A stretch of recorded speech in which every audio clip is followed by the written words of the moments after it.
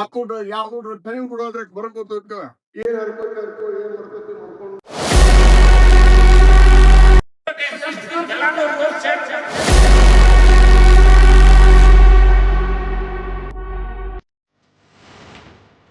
ನಮಸ್ಕಾರ ಪ್ರಿಯ ವೀಕ್ಷಕರು, ಚೇತಕ್ ಟಿವಿ ವೀಕ್ಷಕರಿಗೆಲ್ಲರಿಗೂ ಆತ್ಮೀಯವಾದ ಸ್ವಾಗತ ಸುಸ್ವಾಗತ. ನಾನು ಪಾರ್ವತಿ ಎಸ್ ಕಂಬಳಿ. ಮುಖ್ಯಾಂಶಗಳು: ಇಂದು ಮುಂಜಾನೆಯ 11:30ಕ್ಕೆ ಸೌದತ್ತಿ ಎಪಿಎಂಸಿಯಲ್ಲಿ ಡಿಸಿಸಿ ಬ್ಯಾಂಕ್ನ ಅಧ್ಯಕ್ಷರಾದ ವಿರೂಪಾಕ್ಷ ಮಾಮನಿ, ಧನ್ಯವರ್ತಕರು ಹಾಗೂ ಸಮಾಜ ಸುಧಾರಕರು, ಅಶ್ವಥ್ ವೈದ್ಯ ಕಾರ್ಯದರ್ಶಿಗಳು ಹಾಗೂ ತಾಲೂಕಾ ದಂಡಾಧಿಕಾರಿಗಳು ಮತ್ತು ಸಿಪಿಐ ಧರ್ಮಟ್ಟಿ ಎಪಿಎಂಸಿ ಅಧ್ಯಕ್ಷರು ಇನ್ನಿತರ ಅಧಿಕಾರಿಗಳ ಸಮ್ಮುಖದಲ್ಲಿ ಸಭೆ ಜರುಗಿತು. ಈ ಸಭೆಯಲ್ಲಿ ಈ ಸಾಲಿನ ಮುಂಗಾರು ಮಳೆಗಾಲದ ಹೆಸರು, ಉದ್ದು, ಗೋವಿನ ಜೋಳ, ಹತ್ತಿ, ಈರುಳ್ಳಿ ಹಾಗೂ ತರಕಾರಿ ಬೆಳೆಗಳು ಸೇರಿದಂತೆ ವಿವಿಧ ಬೆಳೆಗಳು ಅತಿವೃಷ್ಟಿಯಿಂದ ಬೆಳೆ ಹಾನಿಯಾಗಿದ್ದು ಇರುತ್ತದೆ.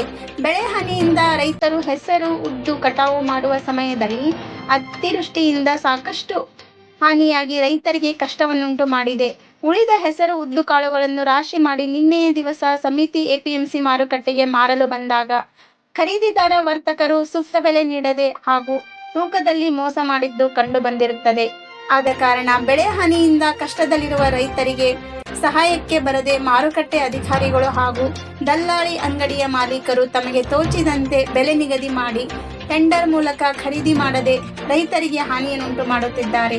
ಕಾರಣ ಈ ವಿಷಯವಾಗಿ ನಿನ್ನೆಯ ದಿವಸ ಹಾಗೂ ತಹಶೀಲ್ದಾರರ ಅಧಿಕಾರಿಗಳು ಹಾಗೂ ಇನ್ನಿತರ ಅಧಿಕಾರಿಗಳು ಬಂದು ಈ ದಿವಸ ಎಪಿಎಂಸಿ ಮಾರುಕಟ್ಟೆ ಆವರಣದಲ್ಲಿ ರೈತರ ಹಾಗೂ ಖರೀದಿದಾರರು, ಎಪಿಎಂಸಿ ಅಧಿಕಾರಿಗಳು ಸಭೆ ಮಾಡಿ ರೈತರಿಗೆ ಅನುಕೂಲ ಮಾಡಿಕೊಡಲು ಸಂಬಂಧಪಟ್ಟವರಿಗೆ ತಿಳಿಸಿದರು. ಈ ಸಂದರ್ಭದಲ್ಲಿ ಎಲ್ಲಾ ಸವದತ್ತಿಯ ರೈತರು ಉಪಸ್ಥಿತರಿದ್ದರು. ಟೈಮ್ ಕೊಡೋದ್ರೆ ಬರ್ಕೋತ ಏನ್ ಹರ್ಕೋ ಏನ್ ಮಾಡ್ಕೋತೀವಿ ಮಾಡ್ಕೊಂಡು ಊಟ ಮಾತ್ರ ಇರ್ತಾರೆ. ರೈತರಿಗೆ ಅಸಹ್ಯ ಮಾಡ್ಕೊಳ್ಳೋದ್ರಿಂದ ಇದರಿಂದ ಯಾವುದೇ ವ್ಯಾಪಾರ ಕಿಮ್ಮತ್ ಕೊಡ್ರಿ ನಮ್ಗೂ ಇಷ್ಟು ಹೇಳಿ ನನಗೆ ಅನುಮತಿ. ನೀವು ಕಾರ್ಯದರ್ಶಿ ಹೌದ್ರಿ. ಈ ಎಪಿಎಂಸಿ ರೂಲ್ಸ್ಗಳು ಏನದಾವು ಅವ್ನ ಅಷ್ಟು ಹೇಳಿ ನಮ್ಮ ಸಮಸ್ಯೆಗಳು ಸಾವಿರಾರು ಅದಾವ. ರೈತರ ಸಮಸ್ಯೆ ಇನ್ಶೂರೆನ್ಸ್ ಕೆಪಾಸಿಟಿ ಯಾರಿಗೆ ಇಲ್ಲ. ಈಗ ಏನೈತಲ್ಲ ರೂಲ್ಸ್ ಫಾಲೋ ಮಾಡಾರೆ. ರೂಲ್ಸ್ ಹೇಳಿ ಅಲ್ಲಲ್ಲ ನಾವು ಮಾತಾಡ್ಸೋಣ ಎಲ್ಲ ಹಿಂಗೆ ಕಳಿಸ್ತೀವಿ. ರೂಲ್ಸ್ ಹೇಳಿ ಅಷ್ಟು ಆಮೇಲೆ ಯಾವ ಫಾಲೋ ಇಲ್ಲಿ ಸಮಸ್ಯೆ ಏನೈತೆ ಅದನ್ನ ಅಷ್ಟು ಬಗೆಹರಿಸ್ಬೋದು. ಈಗ ಏನೈತಂದ್ರೆ ಅವ್ರು ರೂಲ್ಸ್ ಹೇಳಿದ್ರೆ ಅವು ಯಾವ ಫಾಲೋ ಅಪ್ ಆಗ್ತಾವೋ ಯಾವ್ದೇ ಫಾಲೋ ಅಪ್ ಮಾಡಿದ್ರೆ ಅವ್ರು ಅಷ್ಟು ನಮ್ಗೆ ಸಾಧ್ಯ ಸಮೇತ ಹೇಳಿ ಸರ್. ಇಲ್ಲಿ ವ್ಯಾಪಾರಕ್ಕೆ ತಗೊಳ್ಬೋದು ಅಥವಾ ಯಾರಾದ್ರೂ ಬೇರೆಯವರು ತಗೋಬಹುದು. ಇಲ್ಲಿ ವ್ಯಾಪಾರ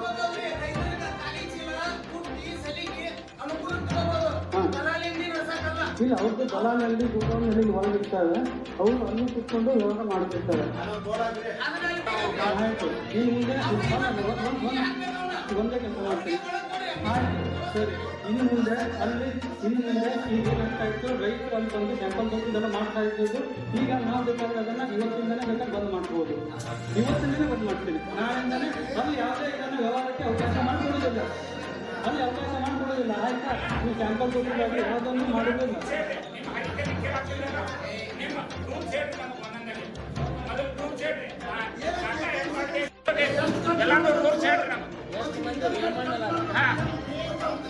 ನಮ್ಮಲ್ಲಿ ಇದು ಇರೋ ಪ್ರಕಾರ, ರಿವಾಜ್ ಇರೋ ಪ್ರಕಾರ 1 ಕ್ವಿಂಟಲ್ ತನಕ 1 ಕ್ವಿಂಟಲ್ 1 kg ತನಕ ರಿವಾಜನ್ನ ಫ್ರೂಟನ್ನು ಮುಟ್ಲಿಕ್ಕೆ ಅವಕಾಶ ಇದೆ. ಅದಕ್ಕಿಂತ ಜಾಸ್ತಿ ಏನಾಗುತ್ತೆ, ಕೆಲವು ಸಲ ಈ ಸೀಸನ್ನಲ್ಲಿ ಒಂದು ಅರ್ಧ kg ಹೆಚ್ಚಿಗೆ ಮುಟ್ಕೋಬಹುದು. 1 ರಿಂದ 1.5 ತನಕ ಈ ಸೀಸನ್ನಲ್ಲಿ ಅದನ್ನು ಇಲ್ಲಿ ಇರುವಂಥದ್ದು. ಅಥವಾ 1 ಕ್ವಿಂಟಲ್ಗೆ ಬಟ್ ಇದೇನಾಗುತ್ತೆ ಕ್ವಿಂಟಲ್ಗೆ. ಅದೇ ರೀತಿ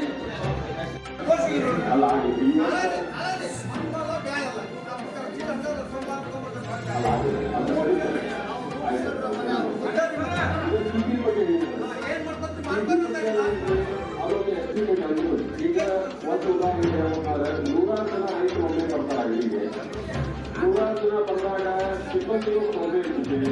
ಒಬ್ಬರು ಡ್ಯೂಟಿ ಬರ್ತಾರೆ, ಕಂಪ್ಯೂಟರ್ ಆಪರೇಟರ್ ಎಲ್ಲ ಕಂಪ್ಯೂಟರ್ ಬ್ಯಾಂಕಿಂದ ವ್ಯವಹಾರ. ಕಂಪ್ಯೂಟರ್ ಆಪರೇಟರ್ ಸಂಜೆಗೆ 7 ಗಂಟೆಗೆ ಬರ್ತಾನೆ. ಅವು ಇರಂಗಿಲ್ಲ, ಯಾರು ಇಲ್ಲಿ ಸ್ವಂತ ಆಪರೇಟ್ ಮಾಡಕ್ಕೆ ಅವಕಾಶ ಇರೋದಿಲ್ಲ. ಅದೇ ಸಂಜೆ ಎಲ್ಲರೂ ರೈತರು ಪೇಮೆಂಟ್ ಮತ್ತು ಹೋದ್ಮೇಲೆ ಸಾಯಂಕಾಲ ಬಿಲ್ ಹಾಕ್ತಾರೆ. ಹೋದ್ರೆ ಕೇಳಿ ತಗೊಳ್ಳಿ, ಗೊತ್ತಾಗಿಲ್ಲ. ಆದ್ರೆ ಅವತ್ತಿನ ಮಟ್ಟಿಗೆ ರೈತರು ಪೇಷನ್ಸ್ ಇರೋಲ್ಲ, ತಾಳ್ಮೆ ಇರಲ್ಲ. ರೈತರು ಅರ್ಜೆಂಟ್ ಹೋಗೋಕ್ಕೆ ಯಾರೇ ಪಗಾರ ಕೊಡಬೇಕು, ಬೇರೆ ಏನು ಮಾಡಬೇಕು ಅನ್ನೋ ಸಂದರ್ಭದಾಗ ಬೆಳವಣಿಗೆ ಮಾಡ್ಕೊಂಡಿರ್ತಾರೆ. ಆಮೇಲೆ ಕಾನೂನು ಪ್ರಕಾರ 2 ಲಕ್ಷ ಮೇಲ್ಪಟ್ಟು ಚೀಲ ಆದ್ರೆ RTGS ಮಾಡೋದು ಕಡ್ಡಾಯ. ಕ್ಯಾಶ್ ಮುಖಾಂತರ ಕೂಡ ಸಾಧ್ಯತೆ. 2 ಲಕ್ಷ ಮೇಲ್ಪಟ್ಟು ಚೀಲ ಆದ್ರೆ ಯಾವುದೇ ರೀತಿಯ ಹಣವನ್ನು ಹೆಸರಲ್ಲೇ ಇಲ್ಲ ಆದರೆ 2 ಲಕ್ಷ ಮೇಲ್ಪಟ್ಟಾಗ RTGS ಮಾಡೋದು. 2 ಲಕ್ಷ ಆದ್ರೆ ಕ್ಯಾಶ್ ಕೊಡುವಂಥ ವ್ಯವಸ್ಥೆ ಕಾನೂನು ಒಳಗೆ. ಅದಕ್ಕೆ ಒಬ್ಬರಿಗೆ ಏನು ಮಾಡ್ತಾರೆ, ರೈತರ ಪಟ್ಟಿ 2 ಲಕ್ಷ ಮೇಲ್ಪಟ್ಟಾದ್ರೆ ಆಮೇಲೆ ಅದನ್ನ ಒಬ್ಬರ ಹೆಸರಲ್ಲಿ ಅದನ್ನ 2 ಲಕ್ಷ ಒಳಗೆ ಮಾಡಿ ಇನ್ನೊಂದು 2 ಲಕ್ಷ ಮೇಲಾಗಿದ್ದು ಇನ್ನೊಬ್ಬರ ಹೆಸರಲ್ಲಿ ಮಾಡಿ ಹೇಳ್ತಾರೆ. ಯಾವುದೇ ರೀತಿಯಿಂದ ಇಲ್ಲಿ ಸಿಟ್ಟಿನಲ್ಲಿ ಆಗಿರ್ಬೋದಿಲ್ಲ, ಅದು ಸರಿಪಡಿಸುವಂಥ ಕೆಲಸ ಮುಂದಿನ ಮಾಡಿ ಎಲ್ಲರೂ ಹಿರಿಯರಲ್ಲಿ ಆಮೇಲೆ ಸೆಕ್ರೆಟರಿ ಅವರ CPS ಸಾಹೇಬರ ಅಧ್ಯಕ್ಷರವರ ನೀವು ಸರಿಪಡುವಂಥ ಕೆಲಸ ನಾವು ಮಾಡ್ತೀವಿ. ಮುಂದಿನ ದಿನವಾಗಿ ಯಾವುದೇ ರೀತಿ ಘಟನೆ ಆಗದಂತೆ ನಾವು ನೋಡ್ಬೋದು. ಅದಕ್ಕೆ ಸಮಾಧಾನದಿಂದ ಎಲ್ಲರಿಗೂ ನಾವು ಕೇಳಬೇಕಂತ ಅಧಿಕಾರಿಗಳು ಮಕ್ಕಳಿಗೂ ಗೊತ್ತೈತಿ, 12 ವರ್ಷ ಮಕ್ಕಳಿಗೂ ಗೊತ್ತೈತಿ. ಎಷ್ಟು ಅನ್ಯಾಯ ಆಗೈತೆ ನೀವು ನೋಡಿರಿ. ನೀವು ನೋಡಿ ಈ ಥರ ನೀವು ಸರಿಯಾಗಿ ಎಲ್ಲ ಹೇಳ್ಬೇಕು. ಸುರೇಶ್ ಶೋಭಾ ಅನ್ನೋ ವ್ಯಕ್ತಿ ನಾ ಸ್ಪಾಟ್ನಾಗ ಅದೇನ್ರಿ ಏನು ಹರ್ಕೊಂತಿ ಒಂದು 70 ವರ್ಷ ವಯಸ್ಸು ಹುಟ್ಟಂಗ ಈ ಥರ ಏನು ಏನು ಹರ್ಕೊಂತಿ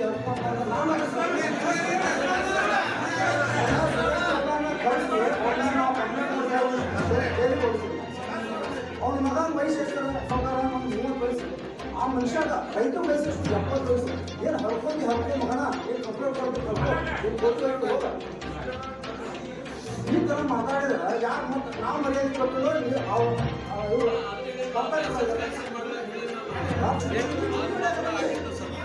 ಆವಾಗ ಹೇಳಿದ್ದೆ ಏನು ಕೇಳಿದ್ರು 3 ಕಿಲೋ ಯಾರು ಸುಮ್ಮನೆ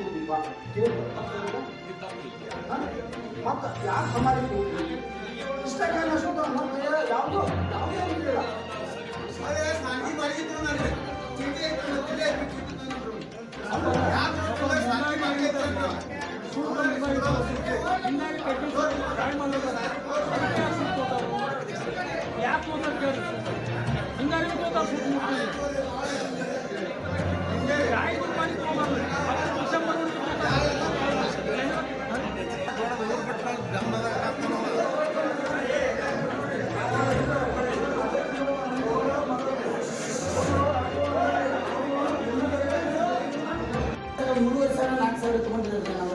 ಆಮೇಲೆ 8%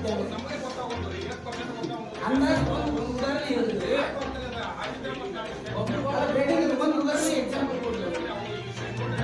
40% ಮಾಡಿ ಡ್ಯಾಮೇಜ್ ಆಗಿಲ್ಲ ನೀವೇನು ರೇಟ್ ಕೊಡ್ತೀವಿ?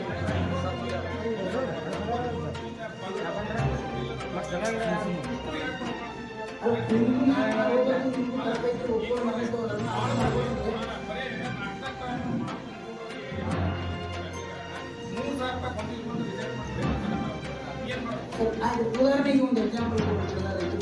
40% ಮಾಡಿ ಡ್ಯಾಮೇಜ್ ಆಯ್ತಂದ್ರೆ ನಮಗೆ ನೀವಿಲ್ಲ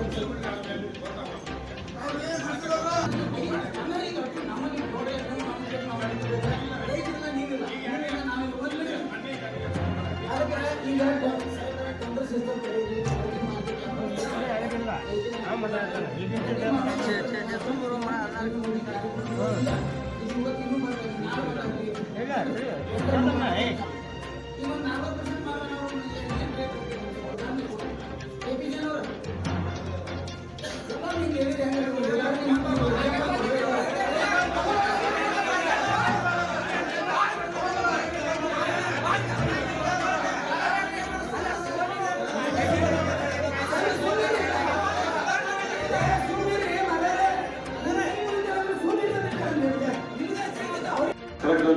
ಗಾಡಿ ಇಳಿಸಿದ್ರೆ ಬಿಲ್ಲು ಯಾವ ಹೊರಗೆ ಹೋಗ್ಬಾರ್ದು. ಮಾಡಿದ್ರೆ ತುಕುತಿ ಆಗ ಹೊರಗೆ ಆಗಬಾರ್ದು. ತುಕುತಿ ಏನಂತಲ್ಲ ಸಿಲುಕು ಪ್ಲಾಸ್ಟಿಕ್ ಚೀಲ ಕಾಲ್ ಮಾಡ್ತದೆ, ಇದು ಜೂಟ್ ಚೀಲನ ಯೂಸ್ ಮಾಡೋಕ್ಕಾಗ್ತದೆ. ಆಮೇಲೆ ರೇಟಾಗಿ ನೋಡಿ ಎಕ್ಸ್ಪೆರಿಮೆಂಟ್ ಬೇಕಂದ್ರೆ ಹಾಕೋಬೋದು. ಅದು ಶೂಟ್ ಅಂತ ಇರೋದಿಲ್ಲ, ನೀವು ಬೈಕ್ ಗೊತ್ತಿಲ್ಲ, ಶೂಟ್ ಇರೋದಿಲ್ಲ. ಇನ್ನು ನಾವು ಮಾಡ್ಕೊಡ್ಬೇಕಂತ ಗೊತ್ತಂದ್ರೆ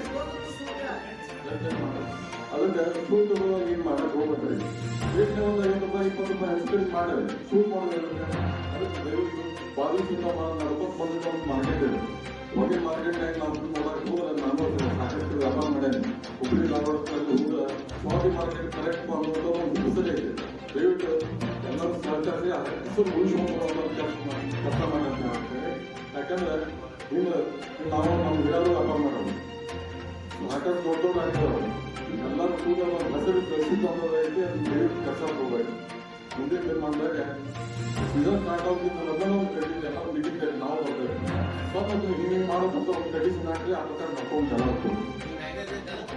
ನಮ್ಮ ಏಜೆನ್ಸಿಯಲ್ಲಿ ಚಂದ್ರವರು ಮಾತಾಡಲು ಸಿದ್ದೇಶ್ ಅವರು ನಾವು ಹಿರಿಯವರು ಏಜೆನ್ಸಿ ಸೆಕ್ರೆಟರಿಗಳು ಮತ್ತು ನಮ್ಮೆಲ್ಲ ವ್ಯಾಪಾರಸ್ಥರು ಬಂದಿದ್ದಾರೆ ಇನ್ನೊಂದು ಬಂದಿರಂತೆ ಅವರು ಕರೆಕ್ಟ್ ಬಂದಿದ್ದಾರೆ ದಯವಿಟ್ಟು ಒಂದು ವಿನಂತಿ ನಾನು ಒಂದು ವೈಯಕ್ತಿಕ ಅನಿಸಿಕೆ ಹೇಳ್ತೇನೆ ಈಗಾಗಲೇ ನಿಮ್ಮ ಸಮಸ್ಯೆಗಳನ್ನು ಗಮನಿಸಿದ್ದೀವಿ ಈ ಸಲ ಯಾಕೆ ರೈತರಿಗೆ ತೊಂದರೆ ಆಗಿದ್ರೆ ಮಳೆ ಹೆಚ್ಚಾಗಿ ಪತ್ರ ಮಾಡೋದು ಕೈಯಿಂದ ಮಳೆ ಹೆಚ್ಚಾಗಿ ಸ್ವಲ್ಪ ಡ್ಯಾಮೇಜ್ ಆಗಿತ್ತು ರೈತರಿಗೆ ತೊಂದರೆ ಆಗಿತ್ತು ನಮ್ಮ ಅನುಭವ ಐತಿ ರೈತರಿಗೆ ಈ ಸಲ ತೊಂದರೆ ಆಗಿತ್ತು ಈ ತೊಂದರೆ ಆಗಿರೋದ್ರಿಂದ ನಾವು ನೀವು ಮೀಟಿಂಗ್ ಮಾಡುವಂಥ ಪರಿಸ್ಥಿತಿ ಬರ್ತಿರ್ತಿಲ್ಲ ನೀವು ಕರೆಕ್ಟಾಗಿ ನೀವು ವ್ಯಾಪಾರ ಮಾಡ್ತಿದ್ರೆ ಓದ್ತಿದ್ರು ಕಳಿಸ್ತಿದ್ರು ಈ ಸಮಸ್ಯೆ ಬರ್ತಿರ್ತಿಲ್ಲ ಈ ಸಲ ಸ್ವಲ್ಪ ಪ್ರಾಬ್ಲಮ್ ಆಗಿದ್ದಕ್ಕೆ ರೈತರಿಗೆ ತೊಂದರೆ ಆಗಿದ್ದಕ್ಕೆ ಈ ಸಮಸ್ಯೆ ಬಂದೈತಿ ಅದಕ್ಕೆ ಈಗ ಆಗಿರುವಂಥ ಸಮಸ್ಯೆಯನ್ನು ನಾವು ಕೂಡಿ ಅದನ್ನು ಬಗೆಹರಿಸಿ ಅಧ್ಯಕ್ಷರು ಮತ್ತು ಸೆಕ್ರೆಟರಿಯವರು ವ್ಯಾಪಾರಸ್ಥರು ಕೂತ್ಕೊಂಡು ಅದನ್ನು ಡಿಸ್ಕಷನ್ ಮಾಡಿ ಅದನ್ನು ಬಗೆಹರಿಸೋದ್ರಿಂದ ಮುಂದೆ ಆಗೋದನ್ನ ಉಂಟು ಈ ತಾವೇನು ಹೇಳಿದ್ರಿ ಟೆಂಡರ್ ಮಾಡೋಕೆ ಹೇಳಿದ್ರಿ ಅದರ ಪ್ರಕಾರ ಈಗ ಅಧ್ಯಕ್ಷರು ಹೇಳಿದ್ದಾರೆ ಸೆಕ್ರೆಟರಿಯವರಿಗೆ ಟೆಂಡರ್ ಮಾಡೋಕೆ ಏನು ಪ್ರೊಸೀಜರ್ ಇರ್ತದೆ ಅದನ್ನು ಮಾತಾಡಿಕೊಂಡು ಎಲ್ಲ ವ್ಯಾಪಾರಸ್ಥರು ಟೆಂಡರ್ ಮಾಡೋಕ್ಕೆ ಮತ್ತು ಅದರಲ್ಲಿ ಸ್ವಲ್ಪ ಕಾಂಪಿಟೇಷನ್ ಬರ್ತಾವೆ ಈಗ ಹೇಳಿದ ರೈತ ಟೆಂಡರ್ ಯಾರು ಟೆಂಡರ್ ಹಾಕಿಲ್ಲ ಅಂದ್ರೆ ಏನು ಅದಕ್ಕೆ ಸಂಬಂಧಪಟ್ಟಾಗ ನಾವು ಡಿಸ್ಕಷನ್ ಮಾಡಿ ನಿಮಗೆ ಹೇಳ್ತಾರೆ ಈಗ ನಾವು ಒಂದೊಂದು ಎಲ್ಲರಿಗೂ ಸಮಸ್ಯೆ ಬರ್ತದ್ರಿ ಈಗ ಪರಸ್ಪರ ನಾವು ಒಪ್ಪಂದದ ಮೂಲಕ ವ್ಯಾಪಾರ ಮಾಡೋಕ್ಕೆ ಹಲವಾರು ಸಮಸ್ಯೆ ಬಂದವು ಈ ಟೆಂಡರ್ ಬಂದು ಈಗಾಗಲೇ ನಿಮ್ಮ ಎಲ್ಲರೂ ಹೇಳಿ ರೈತರು 70% ಖರೀದಿ ಆಗೈತಿ ಅವೆಲ್ಲ ಒಟ್ಟು ಹೇಳಿದ್ರು ಈ ಟೆಂಡರ್ ಹಾಕಿಲ್ಲ ಅಂದ್ರೆ ಮತ್ತೆ ನೀವು ರೈತ ಮತ್ತು ತೊಂದರೆ ಆಗತ್ತೆ ಅದನ್ನು ನಾವು ವಿಚಾರ ಮಾಡಬೇಕು ಈಗ ನಿಮ್ಮ ಬೇಡಿಕೆ ಅಂತ ಟೆಂಡರ್ ಕರೆಕ್ಟ್ನ ಇದು ಮಾಡ್ತಾರೋ ಅಧ್ಯಕ್ಷರು ಹೇಳ್ತಾರೆ ಸೆಕ್ರೆಟರಿ ಅವರು ಮಾತಾಡ್ಕೊಂಡ್ರೆ ಟೆಂಡರ್ ಮಾಡೋಂಥ ಅದು ವ್ಯವಸ್ಥೆ ಎಲ್ಲ ಮಾಡೋದು ಮತ್ತು ಅವೇನು ಹೇಳಿಲ್ಲ ಎಲ್ರಿಸಿದ್ದು ಈಗಾಗಲೇ ಅಧ್ಯಕ್ಷರು ಹೇಳಿದಾಗ ನಾನು ಬೆಳಗ್ಗೆ ಹೇಳಿದ್ದೇನೆ ಎಲ್ರಿಸಿದ್ದು ಕಂಪಲ್ಸರಿ ಚೆಕ್ ಮಾಡಿ ಈ ಸಲ ರೈತರಿಗೆ ತೊಂದರೆ ಆಗಿರೋದ್ರಿಂದ ಈ ಸಲ ಯಾಕಂದ್ರೆ ಭಾಳ ರೈತರಿಗೆ ತೊಂದರೆ ಆಗಿರೋದು ಎಲ್ರಿಸಿದ್ದು ಅದನ್ನು ಕರೆಕ್ಟಾಗಿ ಮಾಡೋದು ಇನ್ನು ಪ್ಲಾಸ್ಟಿಕ್ ಹೇಳಿದ್ರೆ ಅದೊಂದು ಸ್ಟ್ರಿಕ್ಟಾಗಿ ಆ್ಯಕ್ಷನ್ ತೊಗೊಂಡಾರ ಮತ್ತು ನೀವು ಬಿಲ್ ಬಗ್ಗೆ ಹೇಳ್ತೀವಿ ಬಿಲ್ ಬಗ್ಗೆ ಚೀಟಿ ಬಗ್ಗೆ ಕೊಡೋದು ಹೇಳಿದ್ರೆ ಅದ್ರ ಬಗ್ಗೆ ನಾನು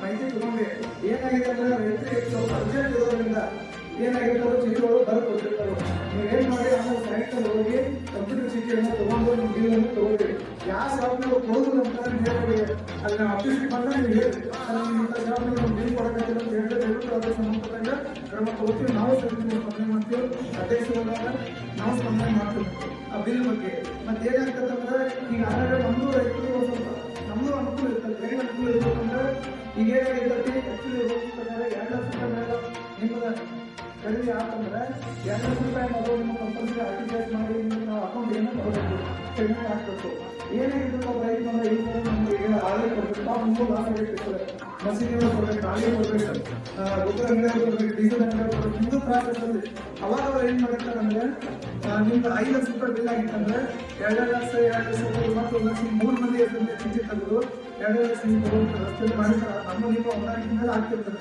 ಇಲ್ಲ ನಮ್ಗೆ ಕಂಪಲ್ಸರಿ ನಮಗೆ ಅಕೌಂಟಿಗೆ ಹಾಕಿದ್ರೆ ಆಯ್ತು ನಿಮ್ಮ ದುಡ್ಡು ಇಸುವರಿ ಯಾರು ಕೊಡೋದು ಅಂತ ದಯವಿಟ್ಟು ಬಂದು ಹೇಳ್ತಾರೆ ಅದನ್ನು ಅವ್ರು ಕಳಿಸಿ ಮಾತಾಡುವಂಥ ವ್ಯವಸ್ಥೆನ ಮಾಡ್ತೀವಿ ಮತ್ತು ಇನ್ನೊಂದು ರೈತರಿಗೆ ಅವಾಚ್ಯವಾಗಿ ಮಾತಾಡೋದ್ರ ಸಭೆಗಳಿಗೆ ಎಲ್ಲರೂ ಅವ್ರನ್ನ ಕಡಿಮೆ ಮಾಡಿದಾಗ ಯಾರೋ ಅವ್ರನ್ನ ಹೋಗ್ತಿಲ್ಲ ಅಶೋಕ್ ಸರ್ ಅದ್ರ ಬಗ್ಗೆ ಮಾತಾಡಿದ್ದಾರೆ ಹೇಳಿದ್ದಾರೆ ಯಾರಂಗ ರೈತರಿಗೆ ಯಾಕಂದ್ರೆ ಇಲ್ಲಿ ರೈತರು ಬೇಕು ನೀವು ಇದ್ದಾಗ ವ್ಯಾಪಾರಸ್ಥರು ನಿಮ್ಮನ್ನು ಬಿಟ್ಟು ಅವರಿಲ್ಲ ಅವ್ರು ಬಿಟ್ಟು ನೀವಿಲ್ಲ ಇಬ್ಬರು ನೋಡುವ ಏನಾಗ್ತದೆ ಒಂದು ಹೊಂದಾಣಿಕೆ ಒಂದು ಸರ್ಕಾರದಿಂದ ಹೋಗುವಂಥ ಒಂದು ವ್ಯವಸ್ಥೆ ನಿರ್ಮಾಣ ಆದಾಗ ಮಾತ್ರ ನಮ್ಮ APMC ಕಾರ್ಯಾಲಯ ನಡೆಯುವಂಥ ವ್ಯವಸ್ಥೆ ಬಗ್ಗೆ ಅದಕ್ಕೆ ಸಂಬಂಧಪಟ್ಟ ಅಧ್ಯಕ್ಷರು ಅವರು ಕೂಡಿ ಮೀಟಿಂಗ್ ಮಾಡಿ ಅವ್ರಿಗೆ ನೋಟಿಸ್ ಕೊಟ್ಟು ಅವ್ರನ್ನ ಏನು ಕ್ರಮ ತಗೋತಾರೆ ಕ್ರಮ ಕೊಟ್ಟರೆ ಅದರ ಕ್ರಮವನ್ನು ಮಾಡ್ತಾರೆ ನಾವು ಸಹಿತ ಮುಂದೆ ನಾವು ಎಲ್ಲ ವ್ಯಾಪಾರಸ್ಥರಿಗೆ ನಾವು ಇಲ್ಲೇ ನಾವು ಸಹಿತ ನಿಮ್ಮನ್ನ ವಿನಂತಿ ಮಾಡ್ತೀವಿ ಮತ್ತೊಮ್ಮೆ ನಿಮ್ಮ ಡೈರೆಕ್ಷನ್ ಕೊಡ್ತೀವಿ ದಯವಿಟ್ಟು ರೈತರು ನಮ್ಮ ರೈತ ಕಷ್ಟದಾಗ ಈ ಸಲ ಭಾಳ ತ್ರಾಸ ಆಗೈತಿ ಮಳೆಯಾಗಿ ಹೆಚ್ಚು ಮಳೆಯಾಗಿ ರೈತರಿಗೆ ಸ್ವಲ್ಪ ಲಾಸ್ ಆಗೈತಿ ಅದಕ್ಕೆ ರೈತರು ನೀವು ಸ್ವಲ್ಪ ಪೇಷನ್ಸ್ನಿಂದ ರೈತರಿಗೆ ಮಾತಾಡಿ ರೈತ ಸಿಕ್ಕಾಗ ಒಂದು 2 ಮಾತು ಮಾತಾಡಿದ್ರು ಸಹಿತ ನಾವು ಸಮಾಧಾನದಿಂದ ಇರ್ಬೋದು ಇದು ಒಂದು ಸಲ ಯಾಕಂದ್ರೆ ಮಳೆ ಚೆನ್ನಾಗಿ ಬೆಳೆ ಚೆನ್ನಾಗಿ ಬಂದಿತ್ತಂದ್ರೆ ಯಾರೋ ರೈತರಿಗೆ ಅವಶ್ಯವಾಗಿ ಮಾತಾಡ್ತಿರ್ತಾರೆ. ಏನೋ ಒಬ್ಬ ರೈತ ಅನ್ನೋವಾಗ ಏನೋ ಒಂದು ಬಾಯಿ ತಗೊಂಡು ಮಾತಾಡ್ಬೋದು.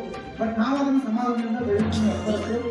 ಸಮಾಧಾನ ನಾವು ನಮ್ಮ ಮನೆ ಮುಖಪ್ಪ ನಮ್ಮ ಹಿರಿಯರು ನಮ್ಮ ಅಣ್ಣನವರು ಒಂದು ಭಾವನೆಯಿಂದ ತಗೊಂಡು ಯಾರೋ ಒಂದು ಹೆಂಗ ಬಳಸ್ತಾರೆ. ಯಾಕಂದ್ರೆ ರೈತರ ಕಷ್ಟದಾಗ ಈ ರೈತರ ಸಲಹೆ ನಿಮ್ದು ಜೀವನ, ರೈತರ ಇದ್ದಿದ್ರೆ ನಿಮ್ದು ಜೀವನ, ನೀವು ಚಲೋ ಇದು ಮಾಡಿದ್ರೆ ಅವ್ರ ಜೀವನ ಆಗ್ತದೆ. ಅದೇ ದಯವಿಟ್ಟು ಮಾಡಿ ರೇಟ್ ಬಗ್ಗೆ ಏನಿಲ್ಲ ಅದ್ರ ಮೀಟಿಂಗ್ ಮಾಡ್ಕೊಂಡು ಇದು ಮಾಡ್ತಾರೆ. ಯಾಕಂದ್ರೆ ಏನಾಗ್ತದೆ ಇವಾಗ ಮಾತಂದಿರ್ತಾವ, ಇಲ್ಲ ಇದನ್ನ ಪೂರ್ತಿ ಖರೀದಿ ಆಗೋದಿಲ್ಲ, ಯಾವ ಗಾಡಿ ಹೊರಗೆ ನಾವು ಬಿಡುವುದಂತ ದಯವಿಟ್ಟು ಅದು ಬೇಡ. ನಿಮ್ಮ ಕೈ ಮುಗಿದು ವಿನಂತಿ ಬಂದು, ಯಾಕಂದ್ರೆ ವ್ಯಾಪಾರಸ್ಥರ ಏನಾಗ್ತದಂದ್ರೆ ಈಗ ಅವರು ಹೊರಗಡೆ ಅಲ್ಲಿ ಮಾರ್ಕೆಟ್ ಮಾಡಿದಾಗ ನೀವು ಪೇಮೆಂಟ್ ಮಾಡ್ಬೇಕು. ಅಷ್ಟು ಗಾಡಿ ಮೇಲೆ ನಿಮ್ಗೆ ಲಾಸ್ ಆಗತ್ತೆ ಅಂದ್ರೆ ಅವ್ರು ತಗೊಂಡಿದ್ದಾರೆ.